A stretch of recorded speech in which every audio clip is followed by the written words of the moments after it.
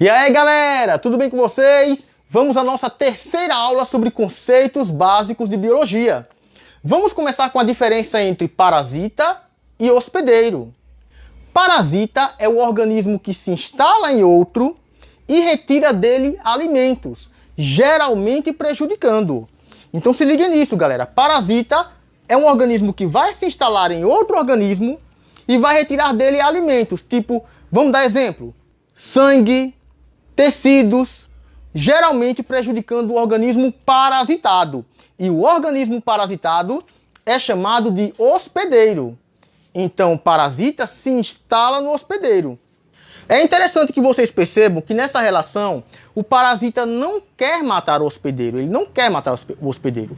Pode acontecer, mas não é a intenção do parasita. Por quê, professor? Porque o parasita vai precisar do hospedeiro para sobreviver. Beleza, pessoal? Vamos dar exemplo para vocês compreenderem melhor, né? Piolho, parasita, ser humano, hospedeiro. O piolho se instala lá no couro cabeludo humano, se alimenta do sangue do ser humano e causa coceira, incômodo, coça pra caramba assim, ok? Então a relação, tá? Parasita, hospedeiro. Vamos dar outros exemplos? Carrapato, parasita, boi, hospedeiro, pulga parasita, cachorro hospedeiro, ameba parasita, ser humano hospedeiro e vários outros exemplos dessa relação.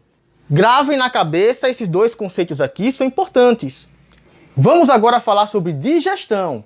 Digestão é o conjunto de transformações físicas e químicas em que o alimento é quebrado ou fragmentado em partes menores e absorvíveis. Certo, galera? Então, digestão é esse processo. O alimento sofre uma série de transformações e eles são convertidos em compostos menores e mais fáceis de serem absorvidos pelas células. No corpo humano, a digestão se inicia com a mastigação e a ação dos sucos digestivos, começando com a saliva e a ação dos sucos digestivos no estômago, intestino, ok? Conceito que deve ficar na cabeça de vocês. Outros dois conceitos que também devem ficar na cabeça de vocês, no cérebro de vocês, gravadinhos ali, é o de secreção e excreção. O que é secreção? É a passagem de materiais elaborados pelas células, de dentro para fora destas. Exemplo, hormônios, suor. Hormônios são substâncias que vão regular certas atividades do corpo, como crescimento, sexualidade. O suor, por sua vez, regula a temperatura corporal.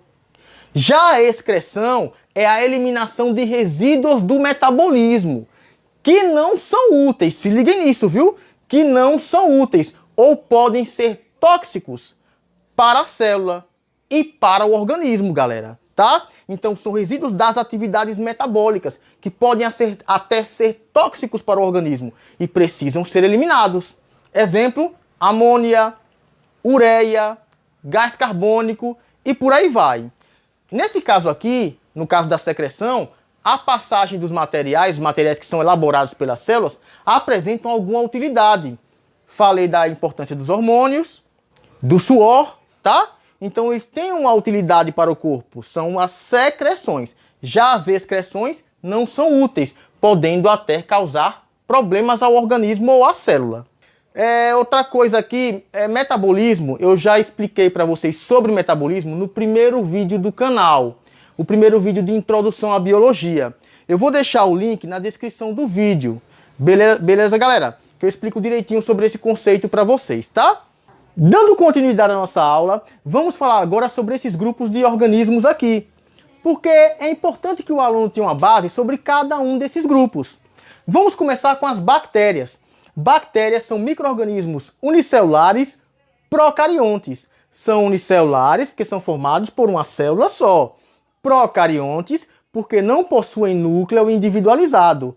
Observem aqui que o material genético ele está em contato direto com o citoplasma. Não existe algo que o individualize em relação ao citoplasma. Então estas são células procariontes. Bactérias também podem ser livres ou parasitas. Um ser de vida livre é aquele que não exerce atividade parasitária. Já os parasitas, eles precisam se instalar em um outro organismo para dele obter alimento. Ok, galera? Exemplo de bactérias: o bacilo do tétano, Clostridium tetani. Existem outros exemplos: a Leptospira, que é a bactéria causadora da leptospirose, e assim por diante. Existem vários exemplos de bactérias. Vamos continuar. Vamos falar agora sobre protozoários. Protozoários são micro-organismos unicelulares eucariontes. Logo, apresentam núcleo individualizado, ou seja, o DNA está envolvido pela carioteca, separando-o do restante da célula. É uma célula eucarionte. Livres ou parasitas. Exemplo, ameba. A ameba, ela pode ser parasita também. Existem espécies parasitas, inclusive parasita do corpo humano. Existem outros exemplos de protozoários: o paramécio, a giardia, e etc, etc. Vírus. Vírus já são um pouquinho diferentes, pessoal. Vírus são acelulares, ou seja, não possuem estrutura celular.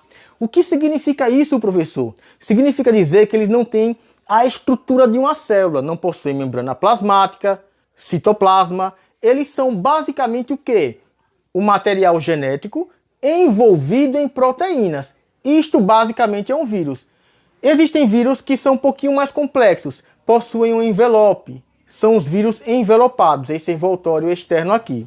Mas os vírus basicamente podem ser formados por DNA e proteínas envolvendo esse material genético. Pode ser DNA ou RNA. Beleza. São parasitas intracelulares, ou seja, parasitas dentro da célula. Obrigatórios. Por quê, professor? Porque eles precisam estar no interior de uma célula hospedeira para se replicar, para se multiplicar e sofrer mutação. Ou seja, só conseguem sofrer mutação e se replicar no interior de uma célula hospedeira. É por isso que, para alguns cientistas, os vírus não são considerados seres vivos, porque eles só conseguem exercer atividade vital, ou pelo menos próximo ao que se considere vida, no interior de uma célula hospedeira. Então aqui exemplo, o HIV, vírus causador da AIDS. É um vírus envelopado. Fungos. Fungos podem ser unicelulares ou pluricelulares, livres ou parasitas. Fungos unicelulares, as leveduras, são fungos formados por uma célula só. Pluricelulares, os cogumelos. O Amanita muscaria é um cogumelo. Existem outros exemplos de fungo, como os bolores, popularmente chamado de bolores, né?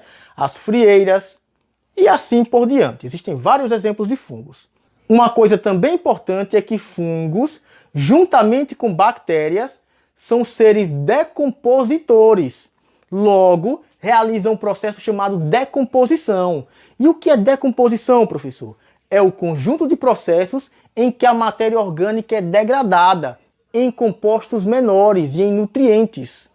Esses nutrientes voltam para o meio ambiente e podem ser reaproveitados por outros seres vivos.